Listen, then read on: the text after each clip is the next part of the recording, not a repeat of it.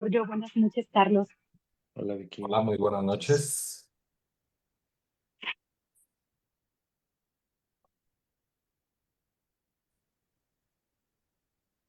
Listo, pues ya estamos en vivo. Muchísimas gracias por estar aquí presentes compartiendo este cine debate de la película de Arta. De nuevo tengo pues la oportunidad de poder pues platicar y dialogar sobre pues este contenido con Giorgio Lavesaro. Giorgio, pues si gustas arrancar mientras termino de dar accesos, comparto. claro que sí. Gracias Carlos y gracias a todas, a todos que están por acá, los que están directamente en Zoom y los que se unen a través de Facebook. Y pues bueno, bienvenidos, bienvenidas al Cine Debate de este mes. Y como ya es costumbre, pues arranco haciendo brevísimos apuntes sobre la película para quien no tuviera fresco el contenido de la trama, digamos, y luego inmediatamente empezamos como a trabajar con algunos puntos. Ya saben que la intención es que sea un diálogo y que cualquier pregunta, intervención, cosa que se quiere compartir es bienvenida y pueden alzar la mano o directamente el micrófono para compartir. Entonces, bueno, vamos a arrancar. Esta película arranca con una escena de una... Todo está ambientado en Estados Unidos, en barrios donde principalmente lo que encontramos es población, eh, voy a decir en este momento marginal, a falta de una mejor palabra, pero que me parece como muy importante situarlo desde ese lugar primero, eh, por varias cosas que vamos a analizar, pero es un barrio de población marginal que además resulta, y es una cosa que está muy conectada, que es población de raza negra, ¿no? Y lo que vemos es una mamá que aparentemente está como muy en su día a día con su hija, que la levanta, la baña, la lleva a la escuela y demás, solamente que ese día es como el día en que todo le pasa, ¿no? Diríamos en México que le llueve sobre mojado. Eh, de entrada, vemos que la nena tiene una condición de, no recuerdo si dicen el diagnóstico como tal, pero habla de convulsiones, entonces probablemente es tarta de epilepsia, y si no, alguna cuestión al menos cercana, lo que tiene la nena son convulsiones, de hecho hace que se caiga en la bañera, que tenga moretones, la nena le dice que le faltan $40 para el comedor de la escuela, que lo han dicho enfrente de la clase, que se siente apenada, ¿no? Porque lo han dicho enfrente del grupo. La casera le grita desde la ventana que está atrasada con la renta, que la va a desalojar. Ella tiene dos trabajos, va a llevar a la nena a la escuela. En el trabajo se nota que el jefe tiene muy poca disposición para con ella y en general toda la gente está abarrotada en el supermercado, hay mucha tensión, la gente es muy poco amable, le rompen una botella en la caja, le llaman de la escuela que tiene que ir por la nena, pide permiso para hacer el trabajo, se va, quiere sacar $40, no se los permiten sacar porque tiene solo media hora para ir y volver. eh, y en el banco hay fila. Eh, Se va a la escuela, llega, ve cómo se le está quitando servicios sociales, trabajos le está quitando a su nena porque le están acusando como de que no puede tener a limpia, que llegó con moretones. De regreso, un policía se le cierra, ella termina chocando, le termina chocando el policía a ella. eh, Ella no sabe que es policía naturalmente porque está eh, vestido como cotidianamente, esa fue la palabra técnica que se dice, no, no, no es infragante, bueno, me entienden, ¿no? Está vestido de civil. eh, y la amenaza, ¿no? De una policía que le termina multando y quitando el coche, este policía hiperracista, hiperviolento, la amenaza de que le va a volar los sesos y va a encontrar un modo legal de hacerlo si la vuelve a encontrar. Ella regresa a su trabajo, el dueño le dice que se tardó 2 horas, la despide, Regresa a su casa, encuentra que la desalojaron, las medicinas de la hija regadas por el suelo. Regresa al trabajo para pedir el cheque porque se lo pide al jefe, eh, y este le dice que no, que como la despidió le va a llegar por correo, entonces que le llegará en algunos días. Ella vuelve para decirle que no puede esperar, que tiene que pagar la renta, que tiene que llevar el dinero de la comida. El jefe le dice que no le importa. Y en ese momento llegan a asaltar el supermercado, justo donde está en la parte de atrás con el jefe, donde está la caja chica y la caja fuerte del dinero. El jefe se la toma como si ella estuviera coludida, la acusa, le intenta quitar su mochila, donde tiene el proyecto de ciencias de su hija, que se ve al inicio en la bañera y que se lo lleva junto con pocas cosas eh, cuando la desalojan. El jefe la cosa está coludida, le llama a la policía para avisar del robo porque ella se aferra a la mochila, mata a uno de los, o le dispara y termina matando accidentalmente a uno de los delincuentes. Y cuando el jefe está alteradísimo, gritando que ella es la responsable, quien organizó todo, lo termina matando, explota, lo termina matando, se lleva su cheque, va al banco, no se lo quieren cobrar. Y en ese momento saca la pistola para exigir que le cobren el cheque, ¿no? Y me detengo en todos los pormenores porque es como, justo como el punto como de quiebre, ¿no? Como tener como el contexto de todo lo que le va pasando a esta mujer y cómo ese día todo se le junta hasta llegar a ese punto del quiebre donde eh, saca la pistola para pedir que le cobren el cheque sin tener mucha noción de que está sacando la pistola. Eh, la cajera, por supuesto, piensa que es un asalto. La mujer que activa la alarma silenciosa lo que piensa es que tiene esta lucecita en la mochila, entonces piensa que tiene una bomba además, ¿no? Y entonces, bueno, se arma un merequetengue, ¿no? Para decirlo en términos muy técnicos. Eh, y este gran escándalo que se empieza a armar va creciendo sobre la marcha porque justamente cuando llega la policía, uno de los policías que llega, que ya alcanza a ver en las noticias, es precisamente este policía que la había amenazado, entonces ella no quiere salir porque sabe que la va a matar, o es lo que piensa. Hay una detective, también ella negra, que empieza a ver en todo esto los rastros un poco de su historia, empieza a pensar que es una mujer que a lo mejor tuvo un quiebre y no tanto alguien que había asesinado a sangre fría al jefe o que había planeado el robo o alguna cosa similar o que está asaltando el banco. Y todo lo demás de la película se nos va en ver toda la tensión de si está robando el banco o no, si la pueden hacer salir o no. Y además, en algún punto, eh, esta detective la llama, que es la única dentro de todo el universo de la película al inicio, que, eh, que siente alguna empatía por ella, que puede conectarse de alguna manera con su historia, porque hay algo como su historia que la recuerda, o que la hace pensar como en cosas muy similares, y ella dice, me vienen muchos recuerdos, ¿no? De estar viendo esta historia, y en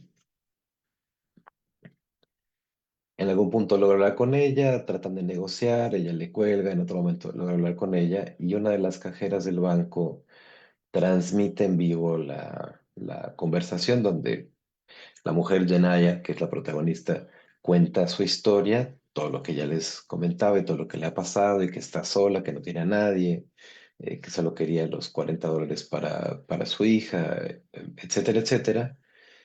Y esto hace que una multitud llegue a apoyarla afuera del banco. La situación sigue creciendo en tensión porque sigue pensando que tiene una bomba, que tiene rehenes, etcétera. Ella trata de encontrar el modo de salir del lugar sin que la vayan a matar. Ya sabe que va a ir a la cárcel de alguna manera y está medianamente resignada, solo no quiere morir porque tiene la preocupación por la hija. Y en algún punto crece todavía más, llega el FBI, quiere entrar para sacar a los rehenes y prácticamente un poco prescindir de la vida de Jenaya. La otra detective se opone, encuentran finalmente al policía este, lo quitan de la escena y digamos que entre todo esto logra como contar un poco más de su historia con sobre todo con la gerente del banco.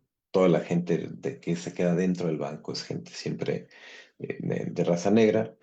Eh, y bueno, al final, en algún punto, sin que se entienda muy bien por qué, le echan una llamada de la mamá, ya cuando está por más o menos por salir y se ha negociado eh, que pueda salir siempre y cuando el policía identificado se revele como identificado y que ya no esté ahí en la escena donde ella siente que corre peligro por la amenaza que éste le había hecho, y habla con la mamá, que solamente habíamos sabido que su mamá estaba loca, así dice ella, y que la hermana también, y por eso no recurre a ellas para ningún tipo de apoyo.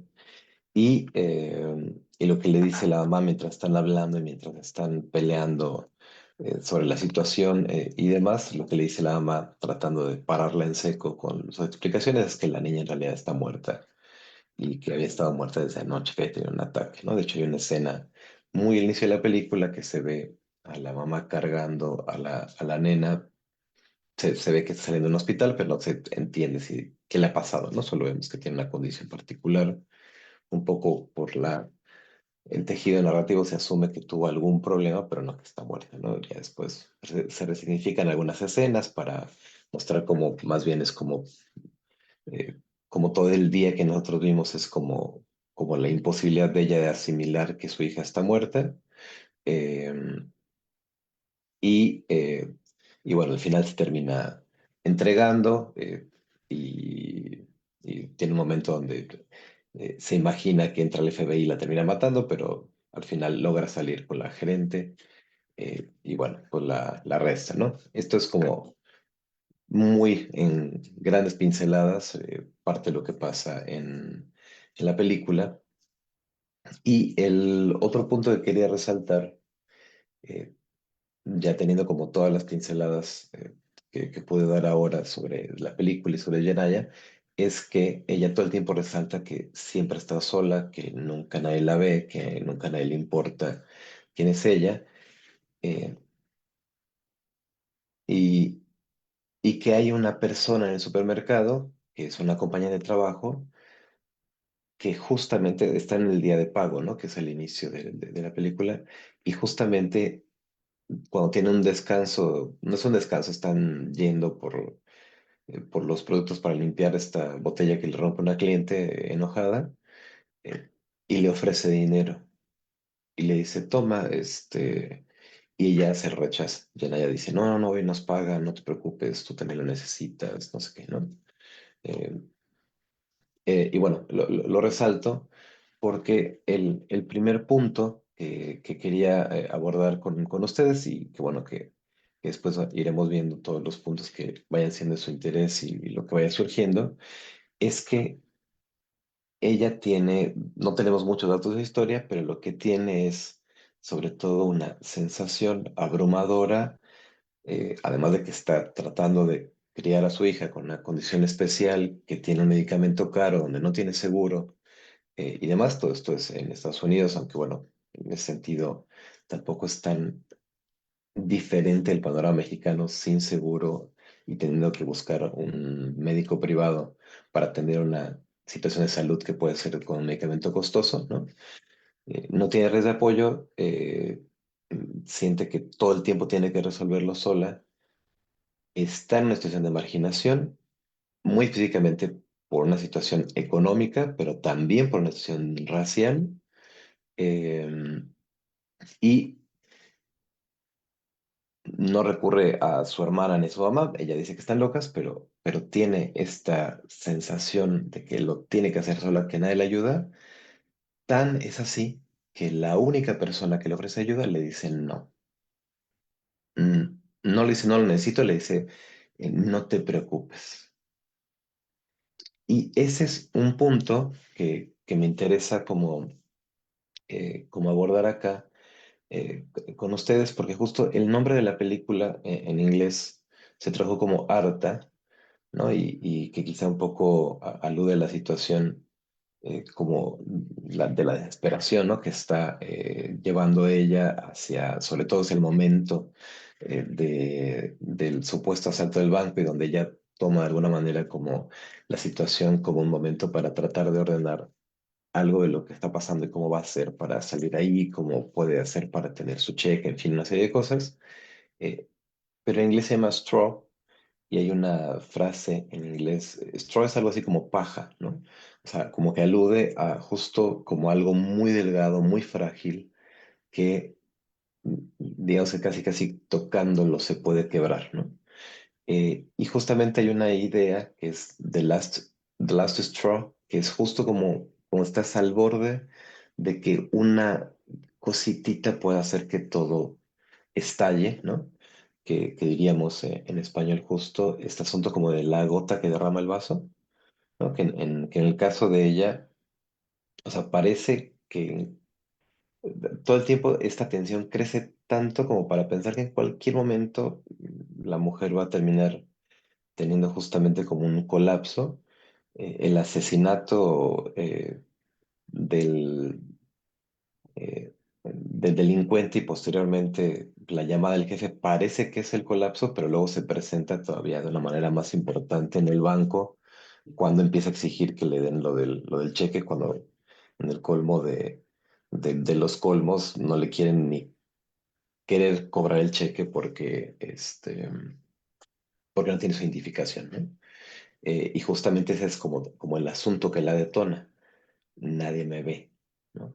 Nadie me ve. Le dice, tú me conoces, yo vengo aquí, me has hecho el favor antes, eh, ya, cóbrame el cheque y me voy, ¿no? Y entonces ella apela, o sea, la cajera apela a Tesa, se llama la cajera, apela a la política del banco, que no se puede y ta, pero sobre todo, como que todo gira en torno a el no ser vista, el no ser considerada, el tener que hacer todo sola eh, y demás, ¿no? Y entonces, a mí, la primera cosa que me llamaba como poderosamente la atención es como esta sensación de tengo que hacer todo absolutamente solo y tengo que salir adelante solo y a mí nadie me ve, justamente invisibiliza la, si quieren ustedes, poquísima, escasa, seguramente insuficiente posibilidad de tener cualquier tipo de apoyo, como el de una amiga que le dice, toma, te doy una parte de mi sueldo, te doy dinero o lo que sea, que es este gesto de solidaridad, de apoyo que incluso tiene estos momentos como de compartir en el trabajo, ¿no? Incluso cuando la policía viene a interrogarla, ella le dice, soy lo único que tiene. Luego Yenaya parece como que no, o sea, la amiga dice, soy lo único que tiene, y luego Yenaya dice, yo estoy sola, a mí, yo no cuento con nadie, no tengo a nadie, ¿no? Ahí la amiga, esta se le dibuja por completo, ¿no? Eh, y entonces eso para decir cómo precisamente esa sensación que en la película no vemos de dónde pueda venir, porque apenas vemos a la mamá, no vemos nunca a la hermana, solamente la escuchamos referida, eh, entonces no sabemos cuál es su historia, pero es como si le imposibilitara ver a quien sí la ve, ¿no? O sea, está tan sumergida en su idea de que ella tiene que resolver todo sola, que siempre lo ha tenido que hacer sola, que no cuenta con nadie, que nadie la ve, que la única persona que lo ve y la apoya no recibe su apoyo y además tampoco alcanza a notar que sí la ve, ¿no? Luego también, todo se ha dicho, ¿no? En un panorama como el que vemos, donde todo le pasa el mismo día, ¿no? Pues es complicado que se ponga a ver, bueno, pero tengo a mi amiga que me da $20 o lo que sea para el almuerzo de mi hija. Pues, claramente ese apoyo o esa condición seguramente no alcanzaría el, para toda la serie de condiciones, ¿no? En la que está sumergida. Eh, pero, eh, pero mi punto es que no lo puede ver. O sea, que es justamente su historia la que está sea, la que actúa como filtro para reforzarle una y otra vez, o sea, como si solo pudiera poner atención en toda la serie de cosas que le recuerdan, estás sola, lo tienes que hacer solo, no cuentas con nadie, nadie te ve, nadie te apoya, nadie te puede tender una mano, ¿no? Porque así detallitos, ¿no? Como entra al banco y quiere sacar solo sus $40 y la mujer tiene que hacer la fila. Eh, Ella tiene media hora para ir a la escuela, que claramente no va a ser suficiente. Eh, Se va en el coche no tiene ni la licencia ni el registro con la caducidad adecuada. La policía le dice que le tiene que poner la multa y llevársela, y entonces no considera para nada pues que tiene estas cuestiones caducas, sino que la policía tampoco le echa una mano. Lo mismo la casera, se ha retrasado muchas veces con la renta y le grita, oye, siempre tienes para darle monedas ahí a esta persona sin techo, pero no para pagar la renta, ¿no? Entonces cuando regresa y le dice, te vas a desalojar, ¿no? Y dice, no, no, vengo a las 10 a darte lo de la renta en mi descanso. O si no te desalojo. Y cuando regresa, en todo el asunto, lo que nota es que la casera no le pudo dar una oportunidad, ¿no? O sea, no que constantemente se queda sin poder pagar la renta y que la amenazó con desalojarla, que por supuesto es un gesto muy cruel y muy poco empático y todo lo que ustedes quieran, pero en lo que se enfoca, o sea, decía, esta visión como de túnel o de filtro es, ella tampoco me ve, nadie me ve, tengo que hacerlo todo sola, ¿no? Entonces, bueno, pues con esto me gustaría abrir el debate, ya por ahí Carlos quiere intervenir, entonces pues te doy la palabra, Carlos, igual ya saben que en cualquier momento, quien quiera, adelante. A mí me gustaría intervenir o hacer esta primera intervención, Giorgio, desde el sentir que me ocasionó ver precisamente esta película. Y yo sí me quedo pensando en ti, por ejemplo, como alguien que pues migró hacia Italia o también hacia Israel Acosta, que migró hacia los Estados Unidos.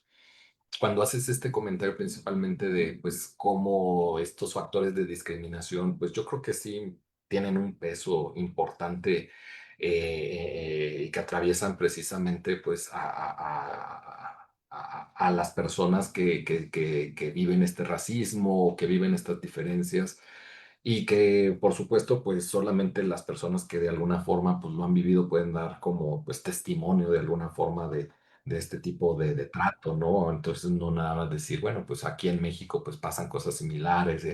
Creo que sí se van añadiendo factores y a lo que voy con este sentir que yo voy experimentando me encuentro como en una ambivalencia de sentimientos, porque por un lado es el hecho de poder contrastar quizá mi realidad y decir, no, pues yo me encuentro privilegiado completamente, ¿no? Y hasta dónde veo estas diferencias hacia otras personas y decir, bueno, no estoy tan jodido, ¿no? Es que, ¿cómo puedo entonces yo estarme quejando de mi situación o de mi realidad? Teniendo estos contrastes tan grandes. Sin embargo, pues menciono esta ambivalencia de sentimientos porque, bueno, pues el sufrimiento, pues yo no puedo ponderarlo, ¿no? No puedo precisamente decir, bueno, es que entonces ella sufre más que yo o yo sufro más o menos que ella, o sea, no podría haber un tabulador, pero bueno, esto ya a través de un proceso cognitivo, pero a nivel de la sensación, si es como también simultáneamente, por un lado decir, no estoy tan jodido, pero por el otro lado, pues sí yo estoy sufriendo y dentro de mis situaciones, dentro de mi realidad, dentro de mi campo, pues este sufrimiento que yo vivo también toca exactamente esto que tú mencionas, el hecho de ir viendo cómo en esos instantes, pues pareciera que todo lo que se encuentra a mi alrededor dejo de verlo porque solamente pienso que todo lo tengo que hacer yo, ¿no? Sí, e incluso hay veces que si yo comparto esta perspectiva de querer hacerlo solamente yo, pues precisamente es hasta juzgado, tachado, criticado de, bueno, pues es que tú quieres tener el control de todo. Bueno, igual y sí es obsesivo compulsivo hasta si quieres etiquetarlo de esa forma, pero es la forma en la cual yo he aprendido a afrontar el mundo y creo que esto me lleva indiscutiblemente a la práctica terapéutica, ¿no? Cuando de repente en ciertas sesiones de supervisión he visto como algunos terapeutas, algunos alumnos, pues dejan de estar en la sintonía, de comprender la experiencia del otro y entran más en una dinámica moralista de querer, pues, no sé, apoyar, resolver, curar, dar alternativas. Es bien curioso exactamente esto que acabas de mencionar ahí, ¿sí? ¿Por qué? Porque aunque yo se las ponga enfrente, el otro no las va a ver. El otro no ve esas soluciones como posibilidad. El otro, o sea, aunque yo le diga, mira, así, así, así, paso uno, paso dos, paso tres, para poder resolver tu vida, que insisto, no tendría que ser, hacerse de esa manera, la persona no está considerando y va a justificar y va a argumentar y va a explicar el hecho de, pues no, no por esto, no, no por el otro, no, no por aquello, es que no, no lo veo así por esta situación. Y realmente entonces acercarnos a ver la realidad que está viviendo precisamente ese otro, pues es bastante compleja. Y realmente entonces sí, sí entiendo como esta línea de hacia dónde lleva el inicio del debate, pero sí que complejo ver otras posibilidades cuando pues, realmente estamos atravesando pues este tipo de situaciones, ¿no? Claro. Sí, y es que precisamente es como lo que está diciendo es justamente como mi punto, ¿no? O sea, no importaría que tuviera eh, tres, cuatro amigos o déjenme decirlo así, un universo de personas que le dicen, oye, yo te echo la mano, ¿no? O sea, en su caso era muy reducido el campo, ¿no? De posibilidades. Tenía una pequeñitita, ¿no? Eh, pero es completamente invista, ¿no? Eh, y que justamente atraviesa esto que está diciendo que nos compartes, ¿no? O sea, si en mi historia justamente parte lo que constantemente siento y además no solo siento, sino que compruebo y siento que mi comprobación es como la prueba fehaciente de que es realidad la historia que me estoy contando de que yo tengo que resolverlo solo, entonces no hay mano que valga de tal forma que con lo que tú trasladas, pues, justo como a la terapia, ¿no? De nada vale que el terapeuta me diga, oye, pues mira, pero pues ahí está tu mamá, ahí está tu papá, o ahí está tu hermano, mira la amiga que te tendió la mano los $40 que te faltaban, o por qué no pides esta ayuda al gobierno, o soluciones, o lo que sea, porque lo importante no es que se tenga o no se tenga, sino la posibilidad de ver eso, ¿no? En ese aspecto, ¿no? Y yo creo que todos en cierta medida podemos alcanzar a padecer un cachito o un cachote, dependiendo de nuestras historias y cómo nos ha ido en la feria, de esta exigencia moderna, porque hay una oda al yo contemporánea, una oda al individualismo, tú tienes que poder solo, o sea, hay, por un lado, una extrema defensa, me sale decir narcisista de solo tú vales, solo tú importas, solo tú cuídate y salte de ahí si es una red tóxica y a ti nadie merece dañarte y nadie, no tienes que tolerar nada, ni en el trabajo, ni en las relaciones sexoafectivas, ni en ningún lugar, solo tú importas, por un lado, pero al costo de, y lo tienes que hacer solo. Tú te tienes que valer por ti mismo. No hay nadie que pueda hacer las cosas por ti. Si las cosas no te salen es porque no le estás echando ganas, ¿no? El famoso discurso de échale ganismo, ¿no? O sea, no es la marginación, no es el racismo, no es la falta de oportunidades, no es una serie de condiciones. Eres tú que no te levantas más temprano para salir adelante, porque solo basta con que quieras para salir adelante, ¿no? En el escenario más mágico, que lo decretes para que llegue a ti. Entonces, si no lo decretas, si no crees en ello, es cosa tuya, ¿no? Entonces, de ahí vienen discursos como eres pobre porque quieres, estás solo porque quieres, y toda una serie de cosas que vienen a subsumir a las personas en la época contemporánea a la idea de solo yo importo y solo yo puedo hacerlo porque yo estoy solo, ¿no? Entonces, en gran medida me parece que es un discurso que nos atraviesa a quien más, a quien menos, pero que sin duda cuando es una como cosa constitutiva de mi historia, es muy difícil que nadie así desde afuera pueda hacerme ver otras cosas, ¿no? Entonces me parece que el punto ahí como central que juega la psicoterapia es precisamente ahí en un espacio donde yo puedo conectar con alguien que, con el que siento de alguna manera la confianza, la cercanía, la seguridad, etcétera, de poder realmente decir quién soy. Ojo, no sin temor a ser juzgado, porque de pronto ese temor ahí está, y de repente ese temor también censura, pero al menos sí con mucha más apertura y libertad de lo que lo haría en cualquier otro espacio con alguna otra persona. Eh, Solamente en un espacio de esa naturaleza donde el otro realmente pueda, como decía Carlos en esos términos muy existenciales, estar dispuesto a entender mi experiencia y no a querer presentarme soluciones, apresurarme a llegar a qué lugares o resolver por mí, etcétera, etcétera, eh, en un espacio donde el otro en lo que se interesa es entender qué pasa con mi vida, que esa es una disposición que acompaña muchos posicionamientos terapéuticos, ¿no? Uno de ellos, por supuesto, es el fenomenológico existencial, el psicoanálisis, cuando no es ejercido desde otros lugares, etcétera. Lo que permite justo es, en algún punto, poder como cuestionar de dónde rayos me viene esta historia. O sea, ¿y yo cómo rayos llegué a esa conclusión y por qué me lo creo? O sea, ¿en qué punto me quedé fijado con esta idea, para decirlo en otros términos, y que sigo reproduciendo puntualmente en muchos, si no es que en todos los escenarios de vida o en la mayoría, ¿no?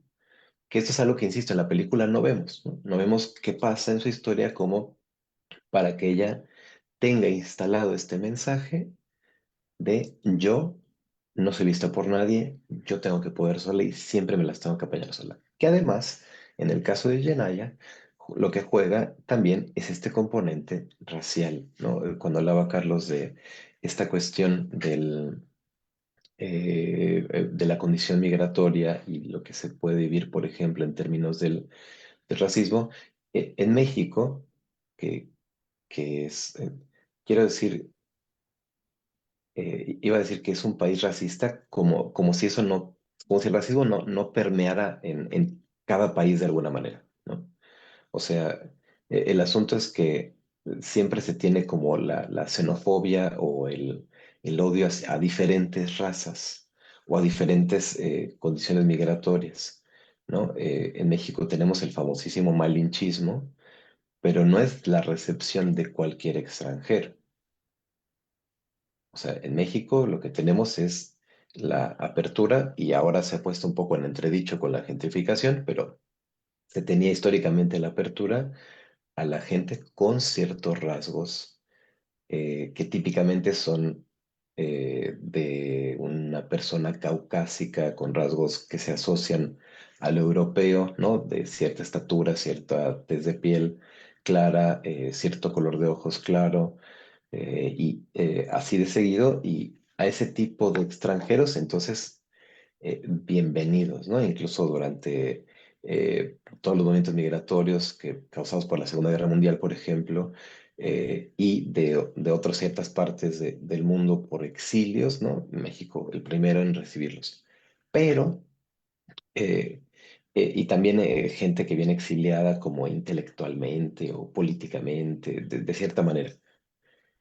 Pero si nos vamos a la frontera sur de México y vemos el trato que recibe el hondureño, el guatemalteco, el centroamericano, el sudamericano, al querer pasar a la frontera con México, ni siquiera para quedarse a México, sino buscando como su trayecto de llegar hasta el norte, nos damos cuenta de cómo el trato que se recibe en la frontera sur es más o menos parecido, con sus diferencias culturales y locales y lo que quieran, al trato que los mexicanos reciben en la frontera norte de los estadounidenses, ¿no?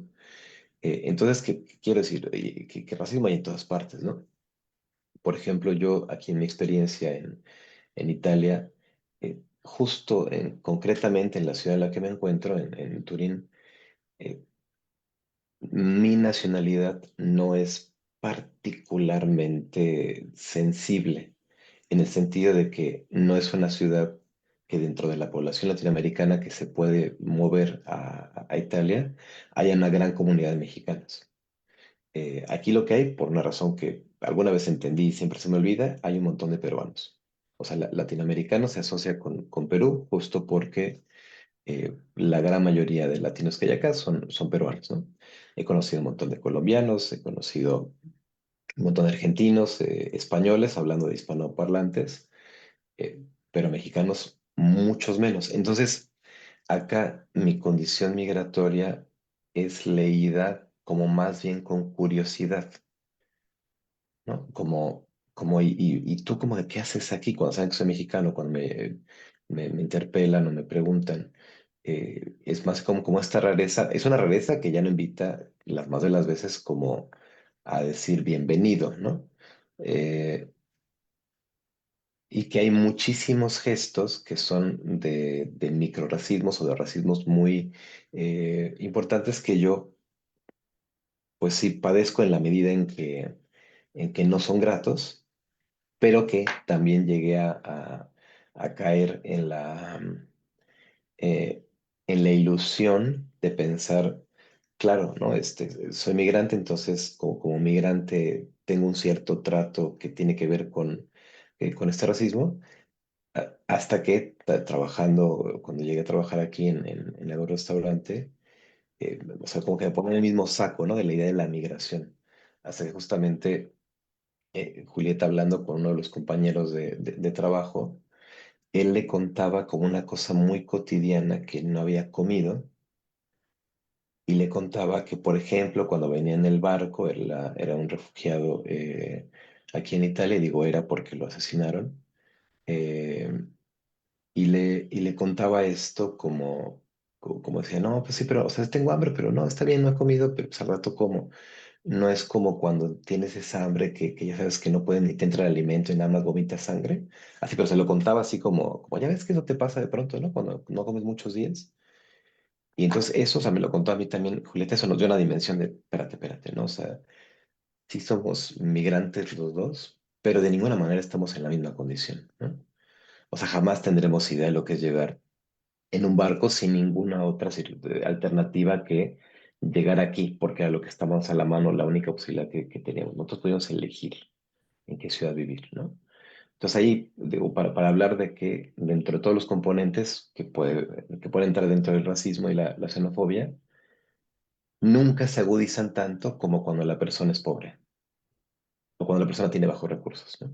¿Qué es lo que vemos en la película? Hay un componente justo en alguna línea que dice Jenaya en la película es una mujer negra siempre tiene que encontrar una cosa que resolver, ¿no? Siempre, ¿no? O sea, es una condición que justo pueden más o menos compartir varias de las personas que están ahí, todas por ser de raza negra, pero que precisamente el componente económico, el componente de clase, también puede poner una barrera, como la cajera que está ahí, que es más joven, que no tiene eh, aparentemente, al menos en lo que se ve en la película, como tantos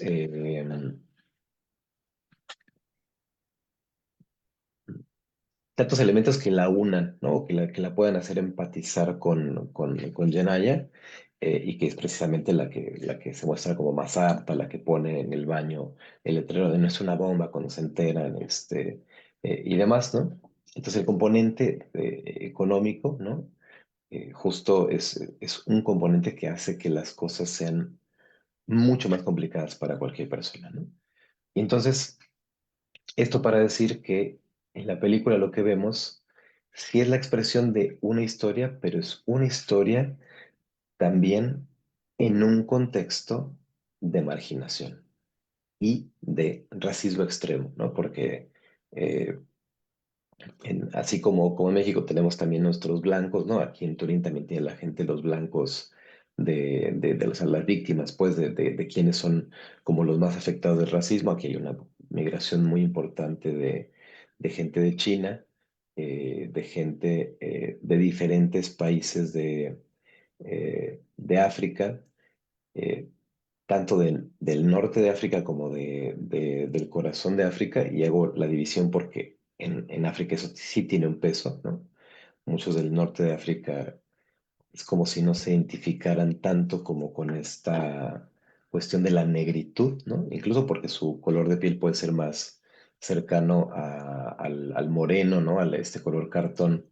Este Pantone que puede ser también como más cercano a un Pantone mucho más visible en Latinoamérica. Eh, y son como, y bueno, y en su momento, aunque ya no tanto, la gente del este de Europa, muy particularmente de Albania, ¿no? Pues con ellos es con quienes la tienen, ¿no? Y además en Italia hay un conflicto histórico entre el norte y el sur, ¿no? Y como yo soy en el norte, también hay, ahora aquí es raro más bien conocer a alguien que sea relativamente joven o joven, que sea originario de Turín. Eh, Más bien ha habido históricamente, sobre todo después de la Segunda Guerra, eh, ha habido un flujo de migración interna del sur hacia los estados del norte, industriales, particularmente Milán y Turín, que hace que haya una diversidad justo como muy importante de orígenes eh, de diferentes ciudades aquí en la ciudad, eh, pero también hay una cuestión de racismo interno, pues, o sea, la gente de mi tía que tiene más de 90 años, que es de Génova y que es originaria de Parma, que es más del centro, eh, después de 60 años de vivir en Génova, que es muy cerquita, siempre el norte, ¿no? Que es de donde es originario mi papá, eh, sigue teniendo esta sensación como si no fuera de ahí. O sea, como que le hace saber la gente de Génova y ahí tenían como expresiones específicas, lingüísticas para referirse a la gente que no era autóctona de Génova, ¿no? Y me cuenta que justo hace unos años, en los 70s, 80s, encontrabas todavía en los carteles de casa se renta cuarto, se renta departamento, no a gente del sur, por ejemplo, ¿no? Así, muy explícitamente, muy que te explota en la cara, ¿no? Entonces, toda esa serie de cosas yo decía, están aquí, entonces a mí me toca como la colita, ¿no? Nada más como en esa interacción de escuchar el acento, ¿no? Porque además, entre mis facciones y mi herencia genética, pues en la calle paso medianamente desapercibido, ¿no? Hasta que me pongo a hablar y alguien con particular atención puede, en una interacción así, random en la calle, de estar en una tienda de vinos, comprando un vino, de decir buenas tardes y voltearse a verme y a preguntarme de dónde vengo con el tono de yo tengo derecho a saber tu origen. Hasta en un tono amable, ¿eh? O sea, un tono amable en el sentido de que yo me pregunto ahora, en su momento era como, ay, qué raro, era una cosa como que no terminé de entender, que era como, eh, no terminé de comprender cómo era que una persona podía tan rápido como preguntarse por mi origen o tal, pero era más como curiosidad intelectual casi, y que ahora noto pues con mucha facilidad como, pero ¿cómo es que las personas, incluso siendo amables, o sea, en el tono de voz pues, pueden tener un chip, por así llamarlo, cultural, que les hace pensar que tienen qué derecho para preguntarle a un extraño en la calle solo porque notan un acento que no les es familiar, que tiene derecho a preguntar por el origen, ¿no? Son detallitos, ¿no? Digo, por supuesto, lo que decía Carlos también es muy importante, ¿no? Uno cuando trabaja en la clínica y escucha historias particularmente sensibles o llenas de violencia, de cosas que uno no ha experimentado, pues uno cae también, ¿no? En la tentación, como un poco lo que nos compartía Carlos, bueno, yo veo esta historia y comparo la mía y digo, pues yo tengo un montón de privilegios, ¿no?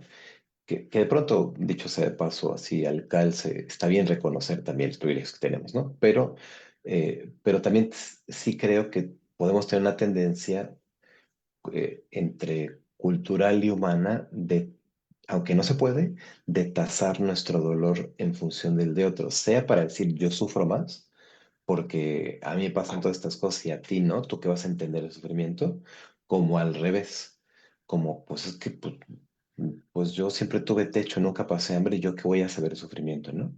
Pero esos mecanismos a los que tendemos en uno y otro extremo también son mecanismos que precisamente como que nos distraen de entender que uno no puede sufrir lo que no padece y que eso no hace que lo que uno sí padece se vuelva sufrimiento en su propia vida, en su propia configuración subjetiva, en su propia historia.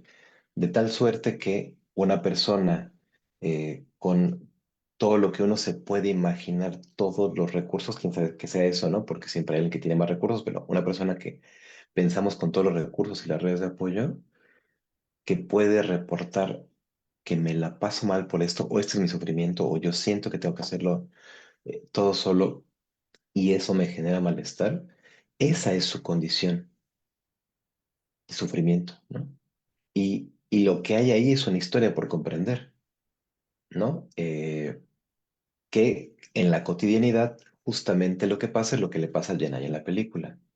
Nadie tiene tiempo ni un momento y todo el mundo está tan sumergido en su propia burbuja de sufrimiento que nadie puede tener como un segundo, bueno, digo nadie entre comillas, digamos que tenía esta amiga que sí la veía, ¿no? O la persona a la que le daba cambio también le regresaba algo, ¿no? Que era palabras de amabilidad, mirada, ¿no? Eso poquitito que sí tenía, ¿no?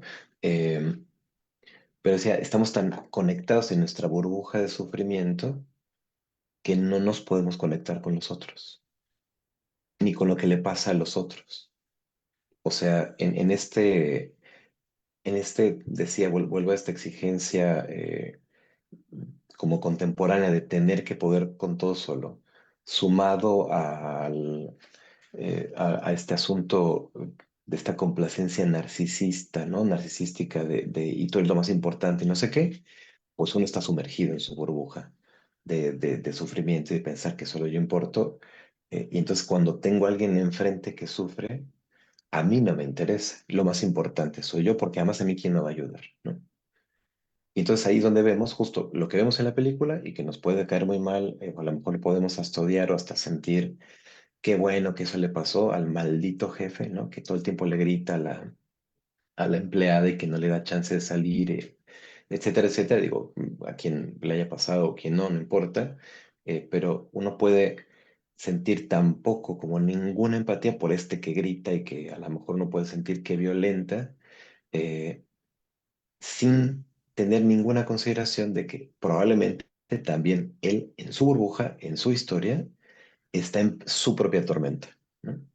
En una tormenta que justo le impide poder conectar humanamente, genuinamente, en un momento de detención con otra persona, como con su empleada. Oye, a ver, ¿qué le está pasando? No, no, no. Ella siempre tiene pretextos. Ella siempre, no sé qué. Yo tengo que responder frente a las exigencias del supermercado. Hay un montón de gente. ¿Y yo qué voy a hacer? ¿Y yo voy a hacer? ¿Y a mí quién me ayuda? ¿No?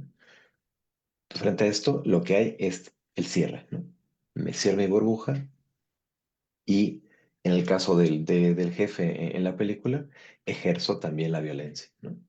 Una violencia que es sistémica. Seguramente él también está siendo aplastado por algún lugar, ¿no? Y entonces va y lo reproduce. Lo reproduce justo porque no por se los mismos encuentra clientes. por los mismos clientes, ¿no? Justamente lo que vemos es justo un ambiente hiperhostil, ¿no? Hiperhostil porque justamente es una serie de clientes que también, o sea, es como de lo que habla, eso lo tengo como por referencia no directa, es una referencia que me pasaron recién, pero la imagen me parece muy eh, interesante, que, que tiene que ver justo como al romperse como estas esferas de comunidad, lo que quedan son como burbujas y uno está encerrado como cada quien en su burbuja, ¿no? Eh, y entonces lo que vemos justo es como en el supermercado, es esa interacción de burbujas. Cada quien así en su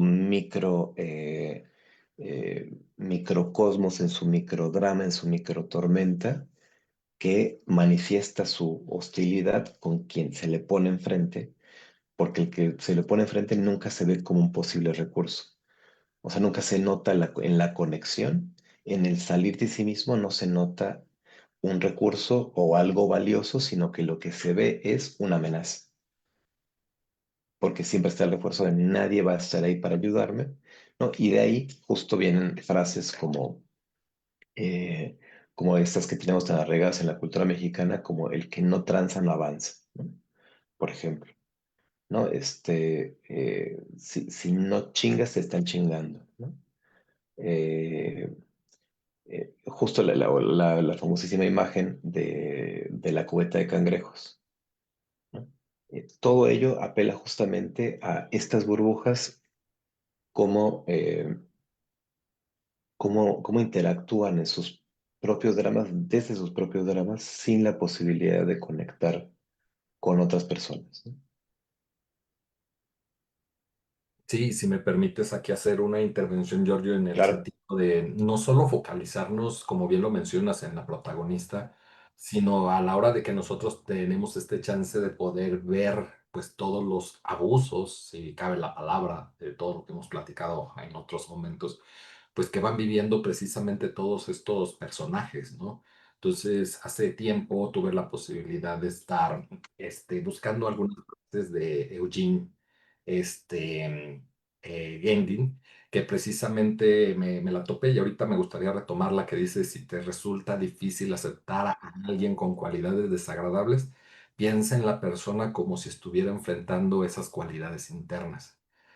Por lo general es más fácil aceptar a la persona interior que está luchando contra estas mismas cualidades. A medida que le escuches, descubrirás a la persona.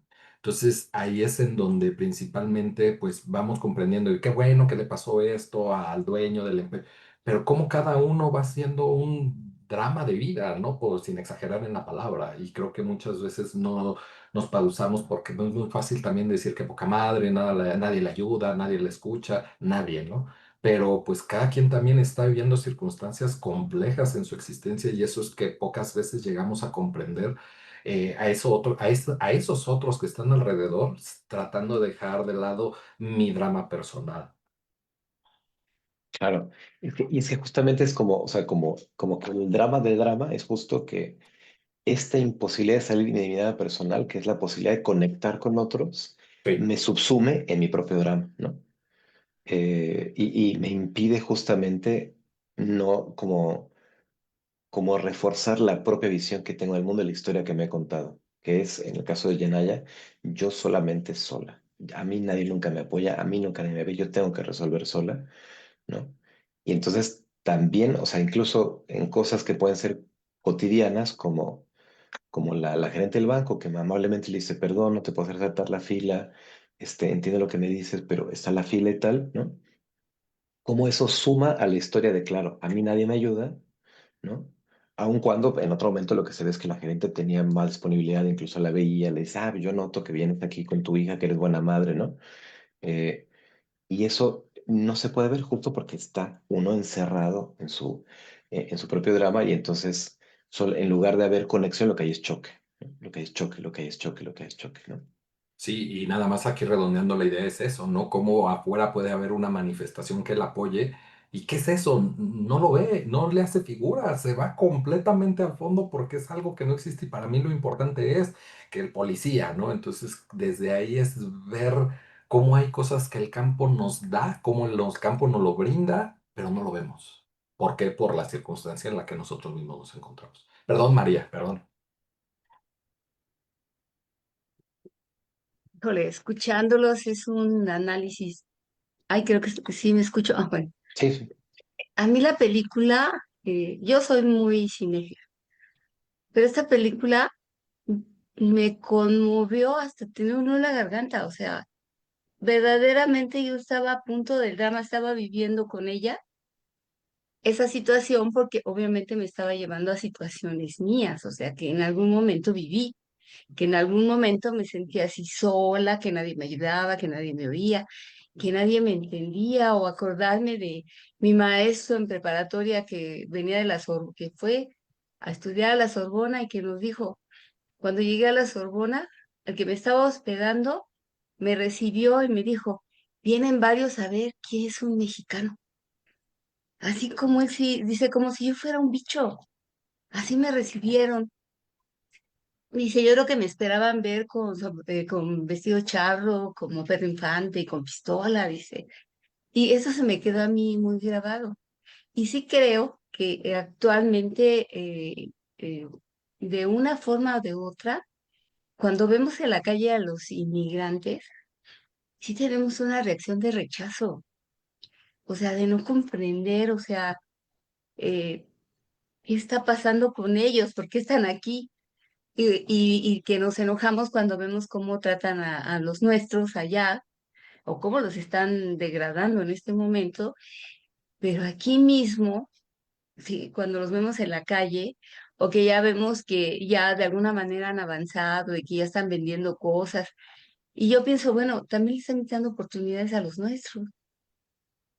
Y entra uno un poco en esa, yo he entrado, no, no todos, yo he entrado en esa controversia, porque así me he sentido, como en una controversia de qué onda. Yo estuve atendiendo a dos inmigrantes y que cuando le decía a Carlos, yo misma no alcanzaba a entender cómo ellos estaban viviendo allá. Por lo que platicó Israel, hubiera tenido esa plática antes. Me dio mucha información para comprender, comprender cómo ellos se viven, cómo ellos están. Pero sí en la película me llevó más, más no el enfoque de cómo son discriminados, sobre todo a las personas de color. Porque si te fijas, la gran mayoría y los que llegan a hacer ahí la descalificación, el del FBI, el otro policía, el que la amenaza, son blancos. Entonces ahí se presenta precisamente ellos son los que la ven mal, la que la amenazan, que la van a matar, y luego digo, hasta los mismos entre ellos, porque el que era el dueño del negocio o que era el encargado, pues era igual que ella, y no tenía compasión, o sea, no le importaba, no oía, y me imagino que cuando tuvo que abrir la caja, se sentía cuando tuvo que abrir la caja, en ese momento, ¿qué le pasó? Él tuvo que, este, él tuvo que realmente pensar en lo que le iba a pasar cuando se enterara a su jefe que le habían robado y que seguramente a él le iban a cobrar todo y entonces toda esa bomba explotó. Pero voy a la madre, esa madre que en ningún momento yo pensaba que la niña estaba muerta, hasta que le grita a la mamá y ella se murió. No, pues sí, ahí ya acabó conmigo. Que dije, qué barbaridad. Hasta entonces comprendí la disociación de ella. Ella estaba fuera de sí. De alguna manera la gerente sí lo percibió, que estaba fuera de sí, que no comprendía, aunque todas estaban pensando en la bomba, en que todas se podían morir porque ella traía una bomba y cuando se enteran lo que es, bueno, llama mucho. También dije, ay, qué barbaridad. ¿Cuántos juicios hacemos de algo porque tenemos una idea, un prejuicio? Y entonces pensamos que las cosas son así y así. Y sobre eso tomamos decisiones, actitudes, rechazos, violencia. Y todos los días lo estamos viviendo cada día más en nuestro país. Cada vez nos reportan más gente agresiva, más gente que se pelea por un lugar de estacionamiento, porque te empujaron en el carrito del súper, porque te vieron mal. O sea, en la mañana oía un comentarista que decía, ¿qué está pasando con la sociedad de México? Y estamos viendo cosas que antes no veíamos o no nos enterábamos, no sé. Pero hay un cambio que nos ha llevado a ser indiferentes, a no empatizar con la gente, a no comprender a la gente. Y eso a mí, yo creo que todo eso lo estuve pensando con la película, y sí, verdaderamente yo acabé así, con un nudo en la garganta y un poco desesperada de que cómo no comprendía lo que a ella le estaba pasando. Bien, eso es lo que a mí me pasó con esta película, me conmovió muchísimo. Muchas gracias, Gracias. María, por compartir tu experiencia y también tus reflexiones. Eh, un componente del que no hemos hablado todavía, pero que también está ahí justo por ejemplo, en el trato que tiene tanto el policía, que es blanco, que ahí es donde se exacerba por el racismo, pero también con el jefe, que ahí no hay un componente racial directo porque ambos son de raza negra, pero sí probablemente una cuestión de clase. Él es el jefe, lo que sea que gane, donde lo que sea que lo coloque, y tal exacerba esto otro, pero en ambos casos hay un componente de género, o sea, de machismo muy fuerte, ¿no? O sea, porque justo esta frase que hace Jenaya, que es una mujer negra, siempre tiene que habérselas con algo, me parece que apela a ambas cosas, ¿no? Eh, entonces son componentes, o sea, en su caso son esos dos componentes más el componente de la pobreza. Eh, entonces todo eso hace que sea, yo por eso hablaba de marginación, ¿no? Dejada al margen, ¿no? Y mientras más dejados al margen, menos vistos, menos considerados, menos, menos posibilidades de conectar, ¿no? Eh, y esto hace que, bueno, o sea, lo que me parece que vemos también es que estas burbujas de las que hablaba son precisamente como pequeñas ollas de presión. Entonces, por eso es que podemos ver que de repente dos que se agarran incluso vemos videos, ¿no? Una cantidad enorme, hay canales que se dedican a eso, ¿no? Para mostrar cómo de repente alguien pierde el control y en una pelea se le va encima con el coche o le termina dañando al otro, ¿no? Ese tipo de cosas que vemos, ¿no? Esas explosiones que justo vienen de esta como olla de presión que está como buscando un momento para saltar por los aires, ¿no? Para estallar. Y es que justamente, por ejemplo, apelando a lo que decías tú, María, del asunto de que vemos a los inmigrantes y tal, justo, eh, ¿a qué llamamos inmigrante, no? O sea, la propia imagen que tenemos en la cabeza de migración, o sea, justo yo, antes de cambiar de país, cuando pensaba en cambiar de país, jamás se había cruzado por la cabeza que iba a ser migrante. Jamás. O sea, una cosa tan obvia, tan a la mano que podría ir, porque el significante de migrante, lo que tiene aparejado en la cabeza es pobreza, ¿no? Porque si no, justo la gente que recibimos del extranjero que no tiene estas características, ni siquiera la pensamos como migrante. Decimos que es extranjero con otro tono, con otra connotación, con otras posibilidades de recepción, de visión, etcétera, ¿no? De apertura. Eh, entonces, o sea, decía, ¿no? Yo me cambié de país sin considerar que lo que está haciendo el movimiento migratorio, por este significante como la carga que tiene, pero justo es que se nos difumina, se nos olvida, se nos pierde, como a Trump, por ejemplo, en primer lugar, que, que todos somos migrantes de alguna generación. O sea, en este punto de la vida no existe radicalmente ninguna persona en el planeta cuya genealogía completa siempre haya estado en el mismo lugar. La constitución del planeta Tierra y sobre todo después de lo que se llama mal el descubrimiento de América, descubrimiento para los europeos, ¿no? América siempre había estado acá para la gente que la pobló, ¿no? Y todo lo que posibilitó de movimientos migratorios de ida y de vuelta, ¿no? En el arco de 5 siglos, desde este contacto transatlántico. eh, Sobre todo a partir de ahí, pero históricamente, pues, eh, si ustedes rastrearan en su genealogía, encontrarían que en algún punto, más inmediato, más lejecitos, hay un movimiento migratorio o interno de mis abuelos o bisabuelos que eran de no sé qué pueblo, se mudaron a la ciudad o a esta ciudad o a otra ciudad, que también es un movimiento migratorio, o de plano justo de diferentes países que convergen, ¿no? Entonces se nos olvida esto, que todos somos migrantes genealógicamente hablando, de alguna generación, ¿no? Eh, y que todos somos extranjeros en potencia. O sea, que el único lugar donde no somos extranjeros es en nuestra ciudad de origen, ¿no? Pues bueno, esto se nos pierde de vista, ¿no? Pero todas estas cosas, por supuesto que también inciden, ¿no? En lo que vimos en la película, en el trato que recibe y la imposibilidad de que sea vista, ¿no? Eh, Carlos, adelante. Y luego la Mari con Mari Carmen, por Carmen. favor, por favor. Claro, Mari Carmen. Ay, muchas gracias.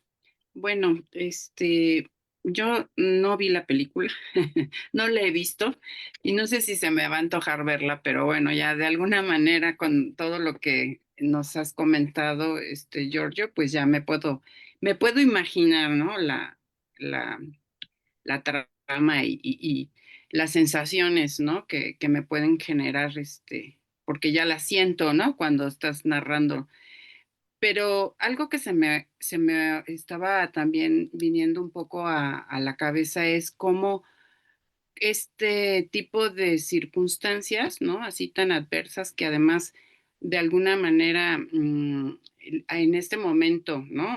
En el mundo, ¿no? O sea, con lo que está pasando, sobre todo en estos países, ¿no?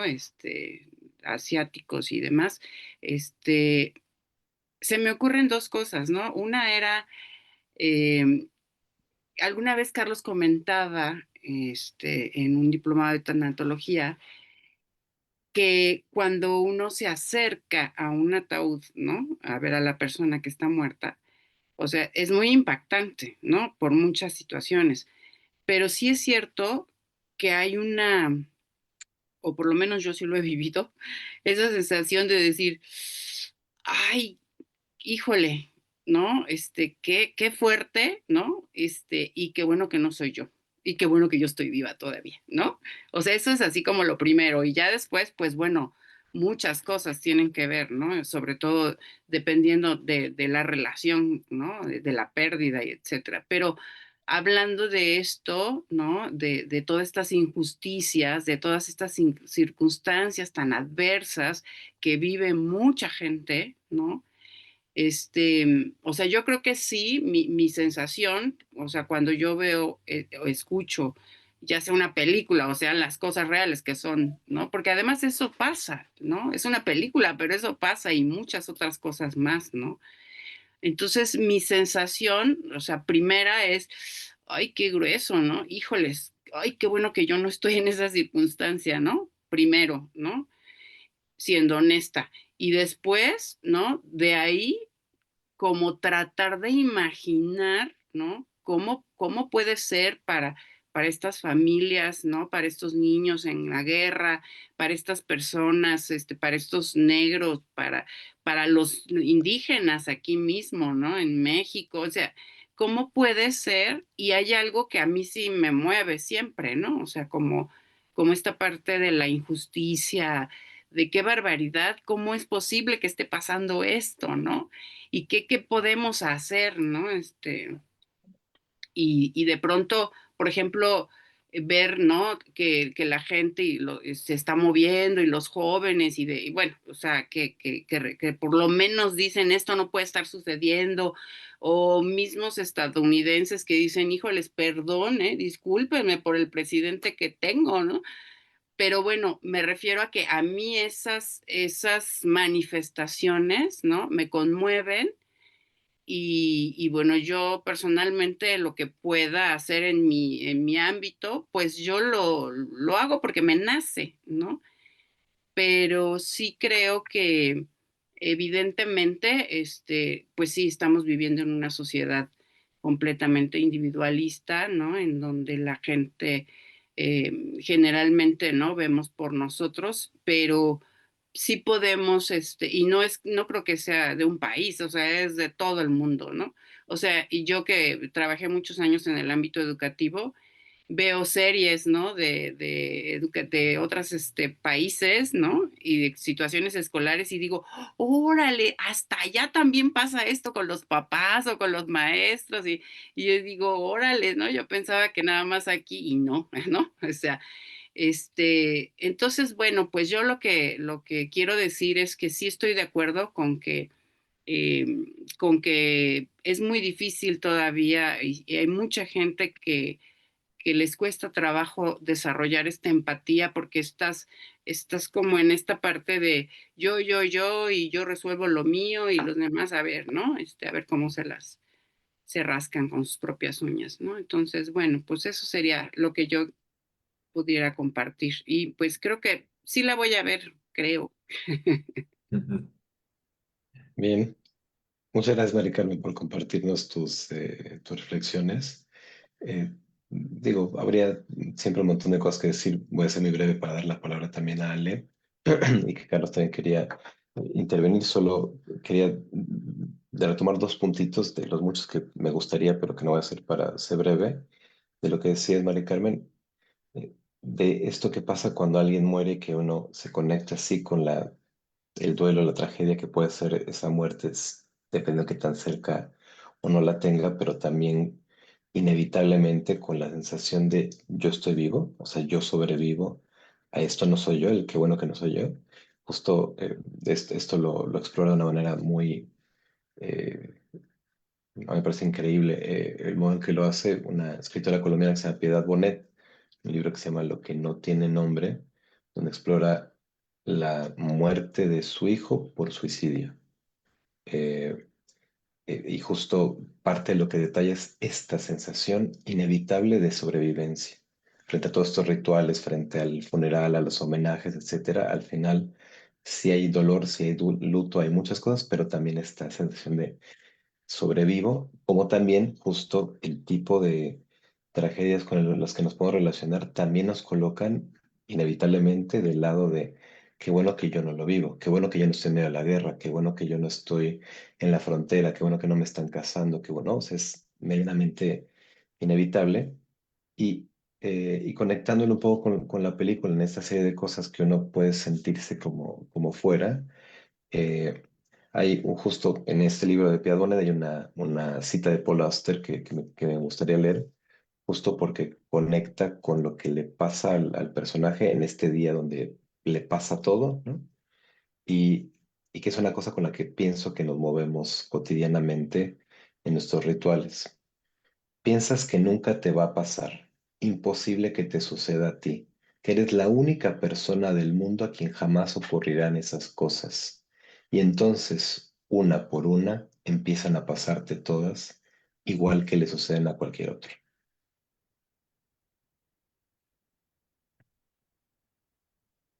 Ale,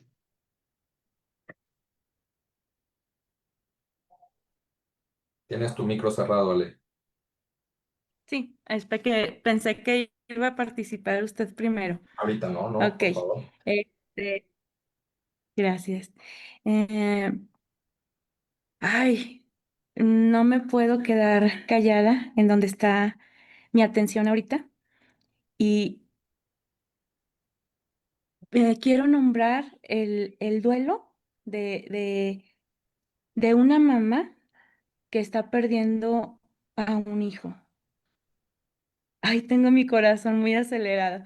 Este, creo que esta experiencia es una experiencia muy profunda. Es una de las experiencias de vida, este, muy devastadora. Y, y para mí en esta película se describe muy acercado a cómo se siente cuando una mamá pierde un hijo.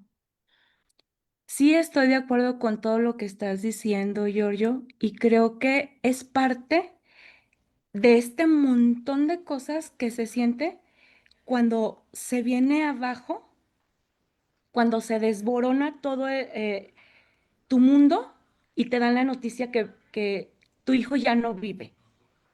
Cuando te das cuenta que tu hijo no vive. Creo que no solamente es la migración, no solamente es el problema en el trabajo, no solamente es el problema con el policía, con compañeros en el banco, con que te puedan nombrar terrorista, con que puedas asesinar a alguien o u otras cosas hacer en la calle, otras imprudencias. Creo que esta experiencia, este, se siente tan fuerte como este montón de cosas al mismo tiempo.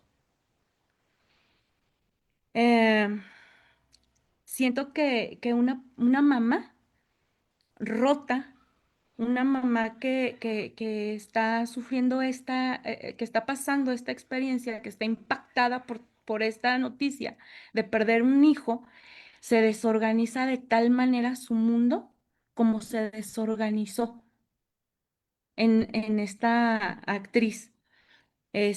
Por no decirlo así como de una forma muy al DSM-5, DSM-4, ¿no? Trastorno estrés postraumático.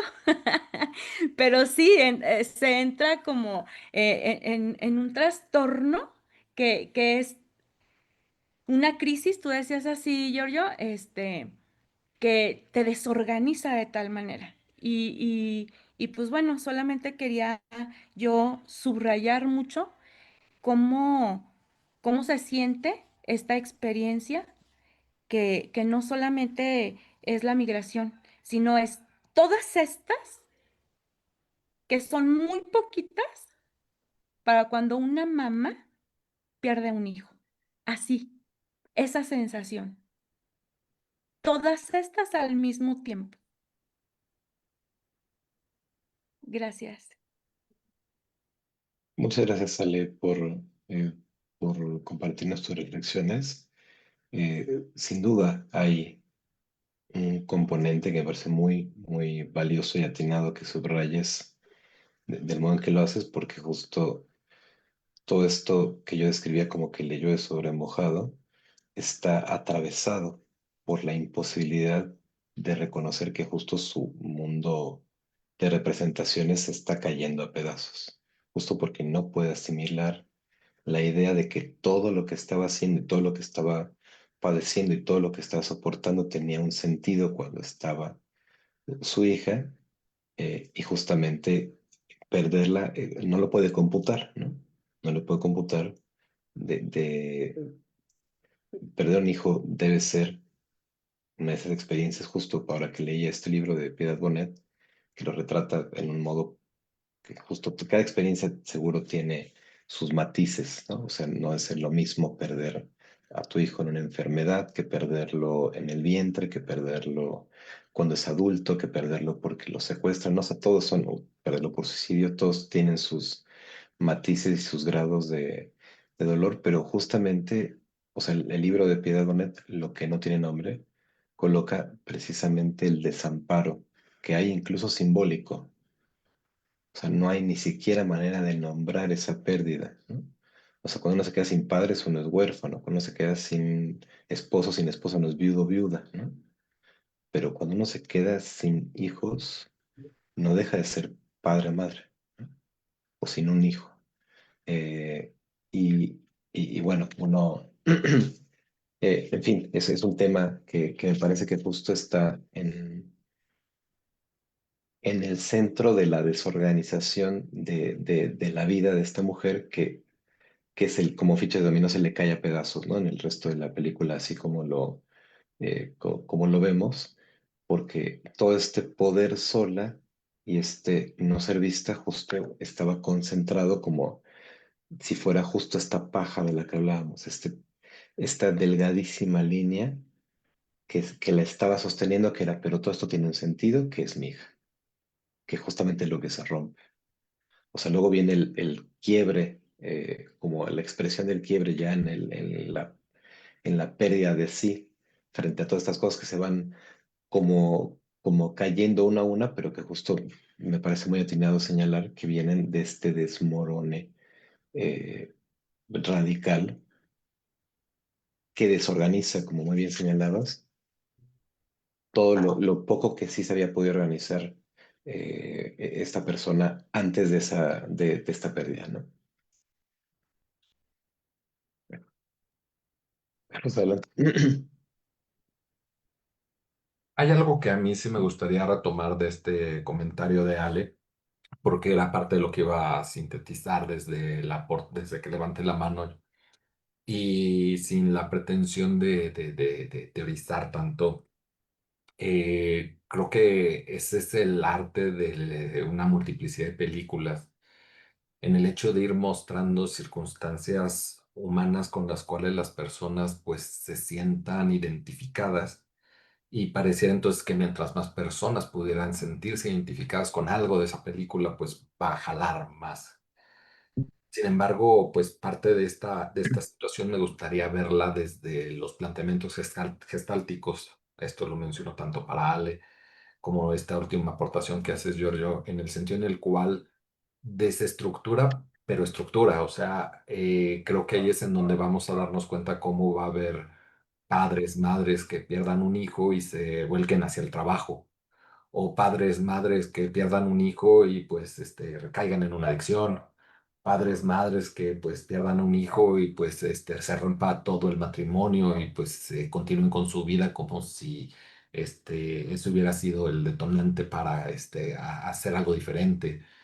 Entonces, creo que sí ilustra mucho como esta situación muy social, ¿no? De lo que muchas personas pudieran, vivir o imaginar que pudiera pasar, ¿sí? Pero pues al fin de cuentas es en donde yo voy dándome cuenta de lo paradójico que es la vida, Giorgio, en el sentido de cómo por un lado, pues existe esta demanda de que debemos de poder resolver o atender las cosas solos, y ella al fin de cuentas termina haciéndolo y hasta dónde termina teniendo pues un ajuste creativo de tener un brote psicótico, un trastorno psicótico breve, si quisiéramos basarlo más en el DSM 5TR, porque no podemos hablar de un estrés agudo, de un estrés postraumático porque no ha pasado más de un mes y tampoco pues cumpliría los requisitos por el tipo de pérdida que tuvo.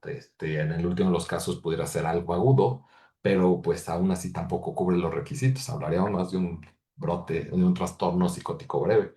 Pero bueno, eso es de diagnósticos extrínsecos, ¿sí? Sin embargo, a lo que quiero mencionar es, pues, cómo va a haber otras personas que tendrán un ajuste depresivo, cómo va a haber otras personas que tengan un ajuste ansioso, y cada uno va a presentar una psicopatología diferente y no es como tal como cotidianamente tendemos a verlos como psicólogos, como entonces algo que tendríamos que quitar porque es algo malo o negativo, sino es ir viendo cómo esta respuesta que ella tiene es el mejor ajuste que encontró sola para poder afrontar la situación que está atravesando. Y realmente creo que ahí es en donde tenemos que ir asombrándonos, pues como esta noticia, cuando la mamá le dice en ese momento de tu hija se murió anoche, pues hace que entonces entre en contacto con esta realidad tan avasallante y pues tenga toda esta recapitulación de incluso ir viendo pues cómo fue articulando diálogos, cómo fue construyendo discursos, cómo fue creando escenas que incluso nunca se dieron, pero eso es lo que ella necesitaba en ese instante. Y creo que esa es la gran bronca porque de repente también he visto cómo, pues, como psicólogos, como terapeutas, no, que a huevo entre en contacto con la realidad. Pero bueno, es que ¿por qué tendría que entrar en contacto con la realidad? O sea, está muy pinche esta realidad como para pretender que haga contacto y en el último de los casos, en términos teóricos, como les dije, no quiero teorizar tanto, pues no ha podido recuperar estos poderes de orientación y manipulación en su medio, donde entonces el ajuste, pues es lo que hoy necesita y hasta dónde quizá en algún momento, si restaura estos poderes de orientación y manipulación, podrá relacionarse con su entorno de una manera diferente. Entonces creo que desde ahí también nos da esta posibilidad de ver cómo una patología, pues no es algo malo o negativo, sino ir comprendiendo cómo es que fue este ajuste para seguir afrontando su situación sola. Ujú, ujú. Gracias, Carlos, por las puntualizaciones.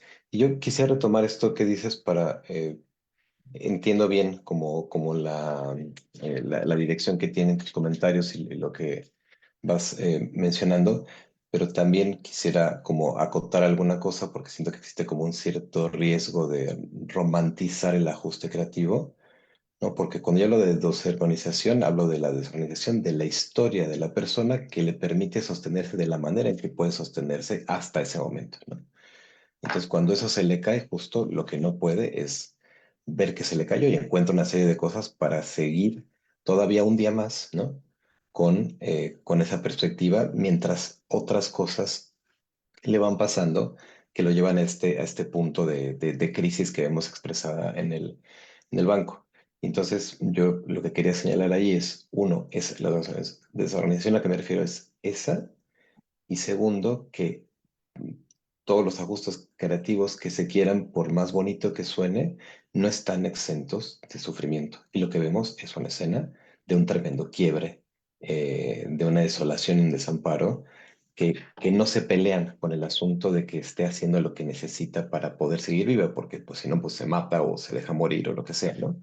Entonces, una cosa creo que no quita la otra en ese sentido, y que la única cosa que yo sí acotaría en términos de la historia de Yenaya y esta historia que nos contamos de es que yo tengo que poder solo, pero luego en los hechos, en efecto, puedo solo. Yo ahí sí voy a contradecirlo porque nunca nadie puede solo. Todos estamos rodeados de algún tipo de interdependencia. Dependemos de los otros. Que lo podemos notar o no, de qué manera los otros nos sostienen, es otro rollo.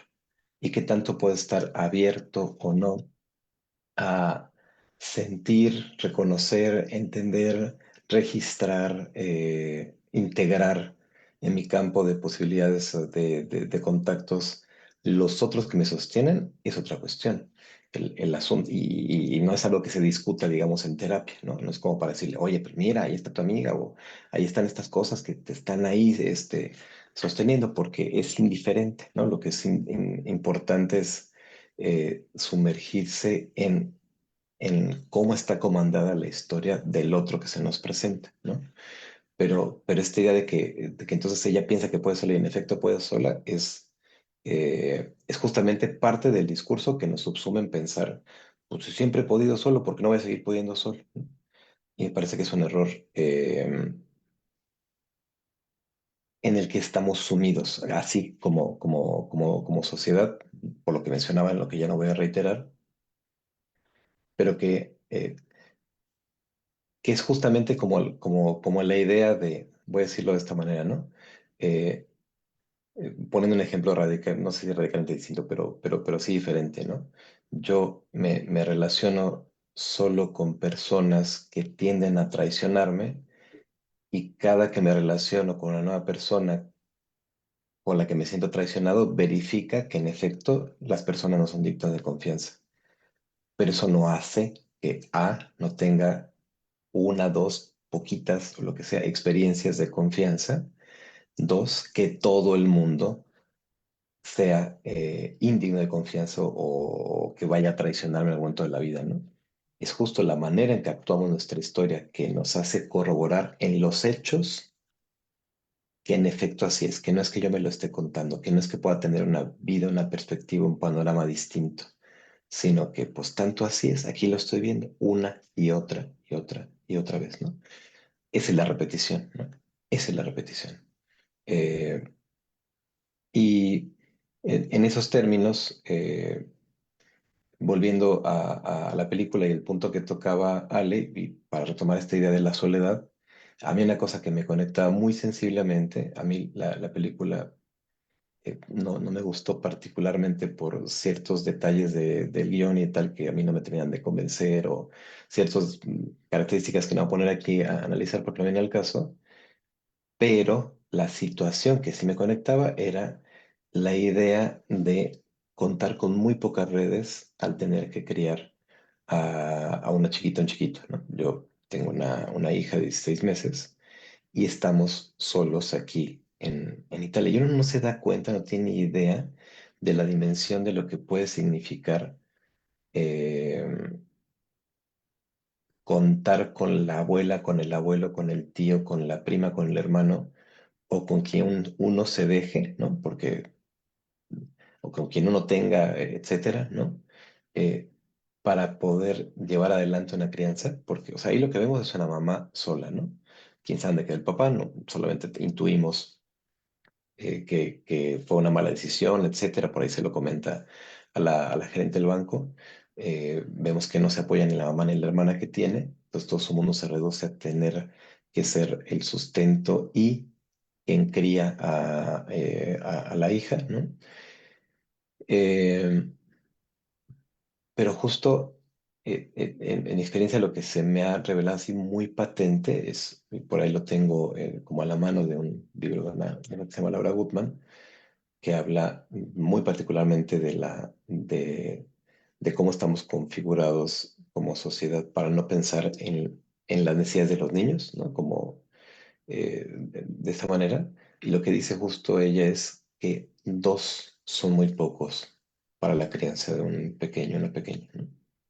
No son suficientes. O sea que uno, en el esquema más tradicional, pero que también es ineludible, que uno se dedique principalmente a que no falte el sustento de casa, que no se bueno en la casa en términos materiales, económicos, etcétera, mientras el otro se dedica o la otra se dedica a que la criatura no se muera, principalmente, ¿no? O sea, sobre todo en los primeros meses de vida, pues, pero en general todo lo que implica la crianza, y por más que estos roles sean compartidos, dos son muy pocos.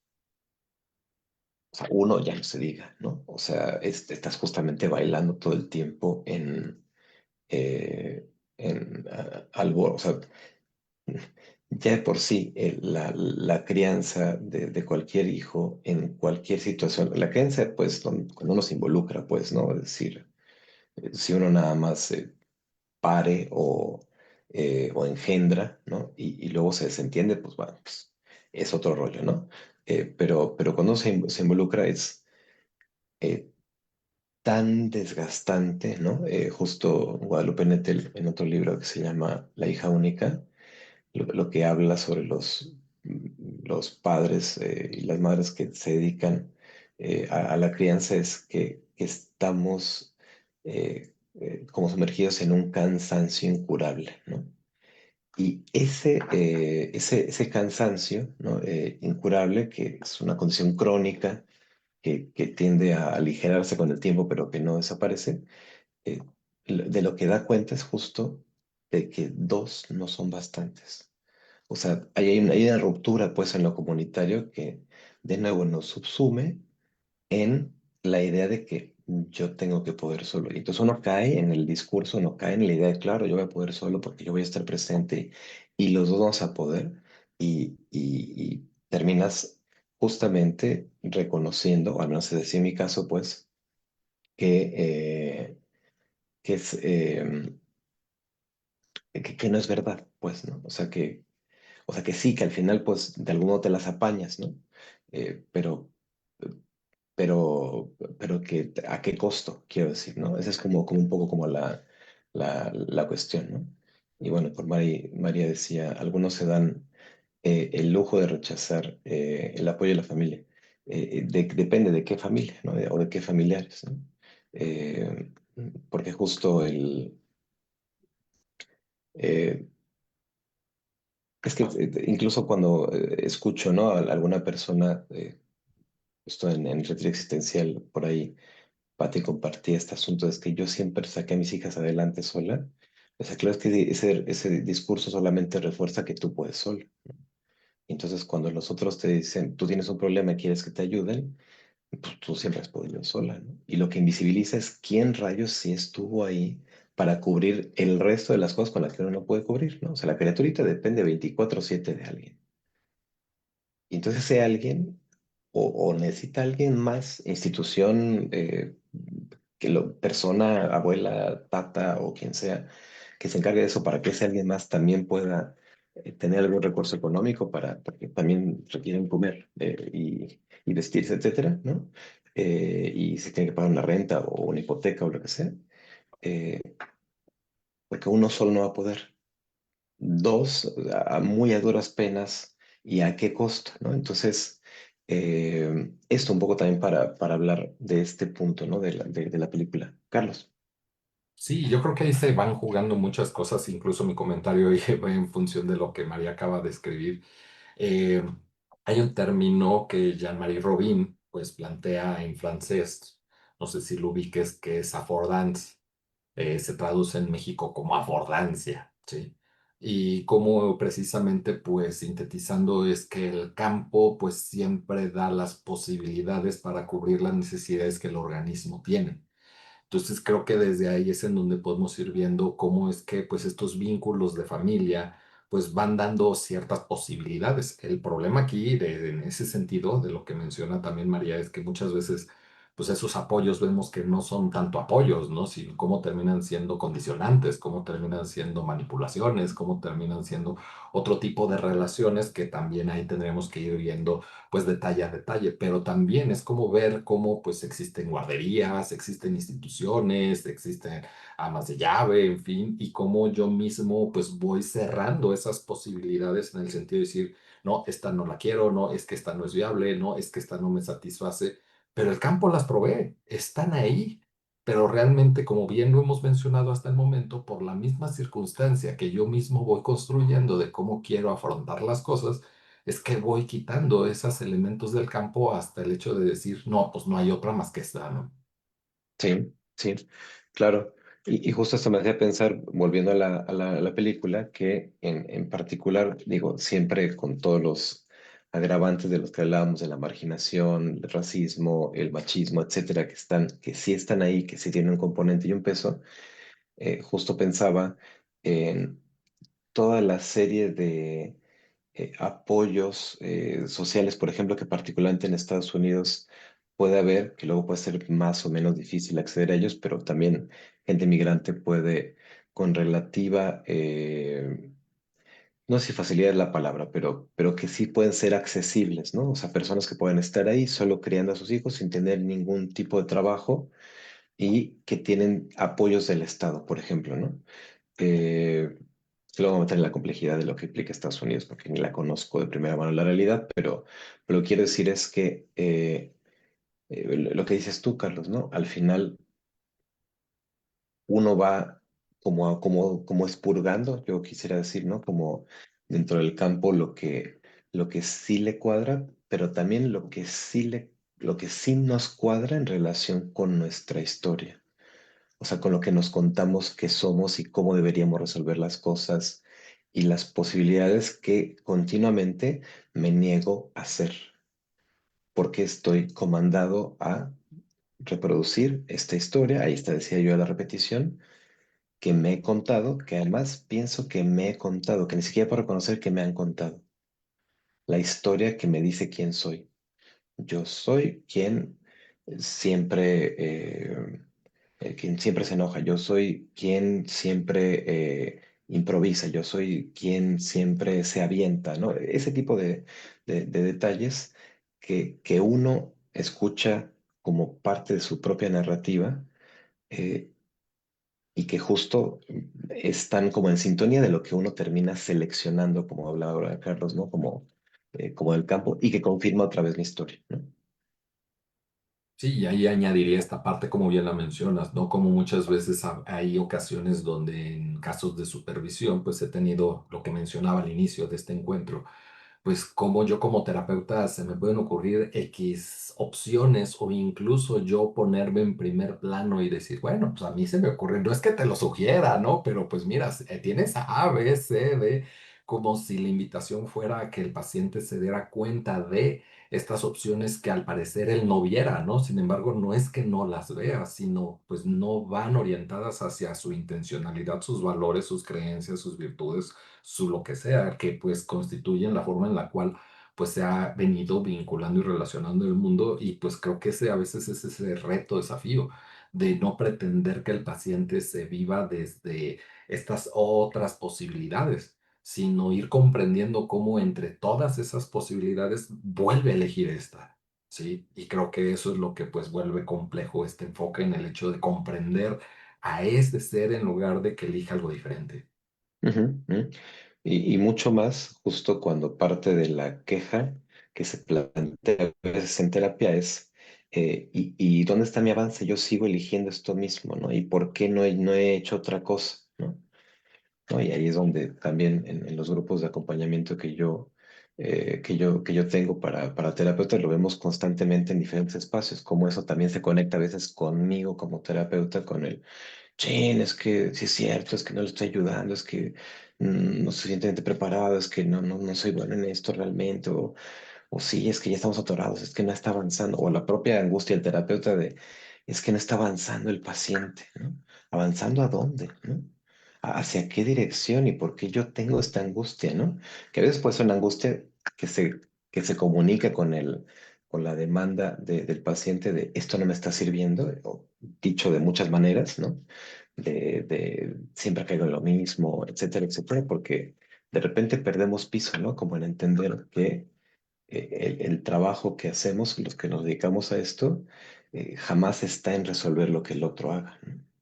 Ni en proveer las herramientas, o sea, aunque uno las pudiera proveer, como luego se ven en algunas películas caricaturizadas de nuestra profesión, donde de repente el terapeuta o la terapeuta sale del consultorio y se pone a ser detective y entonces ahora sí le muestra su realidad o sí le entrega los recursos que le faltaban, ¿no? Y tal, ¿no? Aunque eso hiciéramos, ¿no? En la práctica real, justamente el problema no es que no estén esos recursos, sino que no se pueden usar, que no se pueden recibir, que ni siquiera se pueden percibir, ¿no?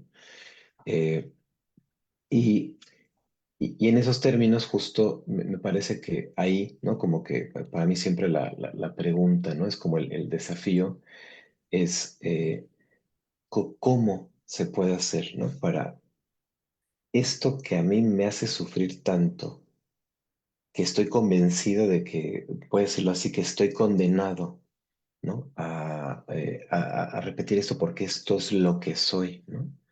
¿Cómo rayos hago para, para desmantelar todo esto, ¿no? Pues bueno, pues en otros esquemas sociales a lo mejor habría otras posibilidades. Ahora, contemporáneamente, y sin duda no es la única, ¿no? Sin duda no es la única, pero una de las maneras justamente tiene que ver con poder proveerse un espacio de terapia, ¿no? Un espacio de terapia que bueno, siempre están estos bemoles de los que hablamos, donde también como terapeutas dudamos, podemos equivocarnos, etcétera, ¿no? Un espacio de terapia donde justo lo que pueda ir pasando es que yo pueda, al menos en algún punto del proceso, a estos enunciados que considero categóricos, definitivos sobre quién soy, pueda ponerle un punto interrogativo, porque ese punto interrogativo lo que abre es posibilidad, ¿no? Pero es un punto interrogativo que me tengo que poner yo, en la medida en que pueden entendiendo en el acompañamiento del otro que me va escuchando, que me va tratando de acompañar a entender de dónde viene todo esto y por qué está ahí, por qué está tan fijo, por qué no se puede mover a mi tiempo, justo que sea yo quien pueda poner el punto de interrogación. Porque nada sirve que esto se converse y se diga una y otra vez en esos espacios u otros, en diplomados, en maestrías, en doctorados, si no soy yo el que se lo puede interrogar, déjame decirlo esquemáticamente, desde adentro de mi historia, ¿no? Eh, y justamente esa es la posibilidad o la apuesta o parte de la apuesta que hay en el ofrecer un espacio de escucha para otra persona, ¿no? Que, que, que esta repetición al menos pueda ser cuestionada, que pueda ser, eh, eh, que justamente se pueda abrir un horizonte para el sufrimiento, ¿no?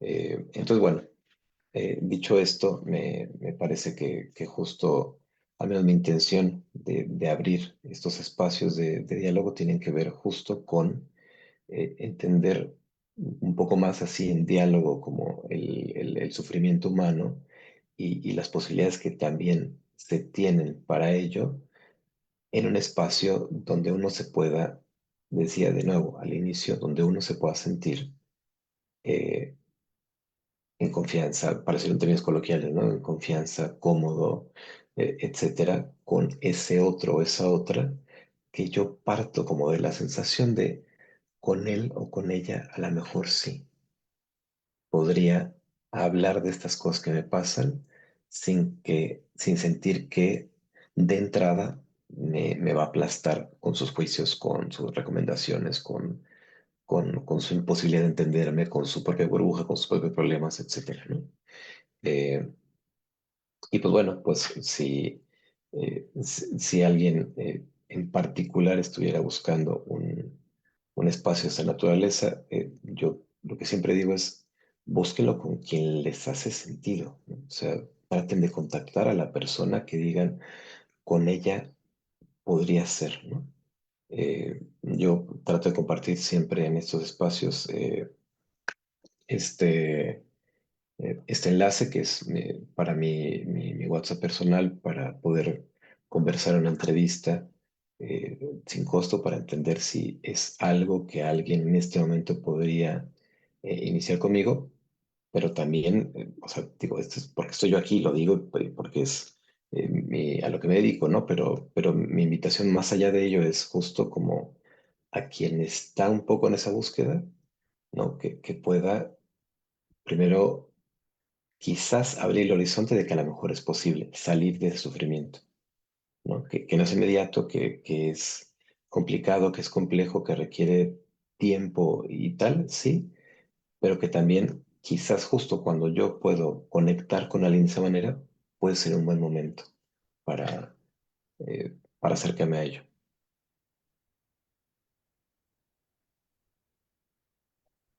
Pues estamos próximos al cierre. No sé si alguien tenga alguna última duda, pregunta, comentario, aportación, reflexión.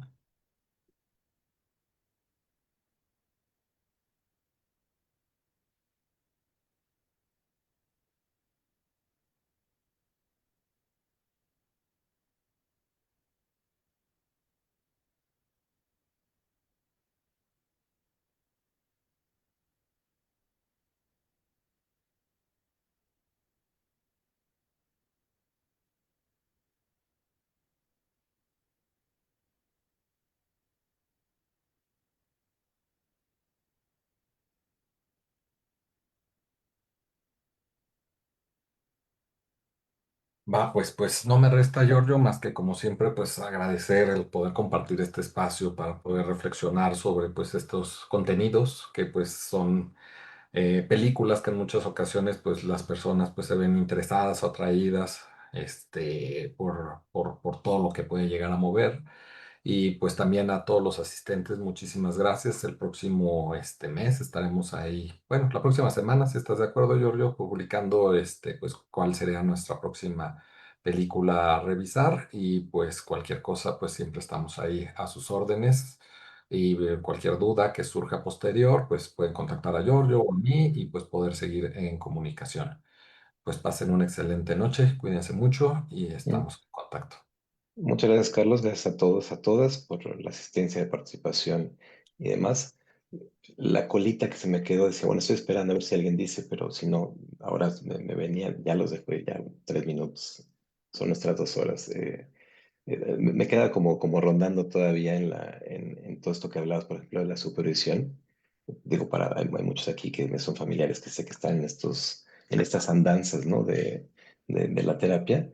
Qué complejo desde ese otro papel no acercarle al otro, al terapeuta, las herramientas que yo creo que necesita para intervenir en su quehacer, ¿no? Y acompañar también eh, lo que sea que rayos le pasa para no poder intervenir de otro lugar, ¿no? Entonces, bueno, es un reto justo que se vuelve como una apuesta y o una doble complejidad, me parece, ¿no? Eh, pero bueno, eso era mi última reflexión y pues nada, lo que ya dijo Carlos, solo para agregar que quien no estuviera en el grupo de WhatsApp, hay un grupo donde publicamos justamente todos los eventos virtuales más cercanos, digo, está siempre el Facebook, Instagram y demás, donde seguramente también tienen acceso y noción de estos eventos, pero bueno, en el grupo ahí todo también está a la mano junto con cuando lo hay, que siempre buscamos que así sea, como algún enlace para quien no tenga acceso a la película inmediatamente, pues pueda ver un streaming con mayor o menor dificultad, porque a veces hay muchos anuncios y tal, pero siempre buscamos que esto sea accesible desde el grupo. Entonces, bueno, pues para que lo tengan en consideración si no estén ahí. Y nada más. Muchísimas gracias, excelente noche y nos vemos la próxima. Hasta luego. Gracias.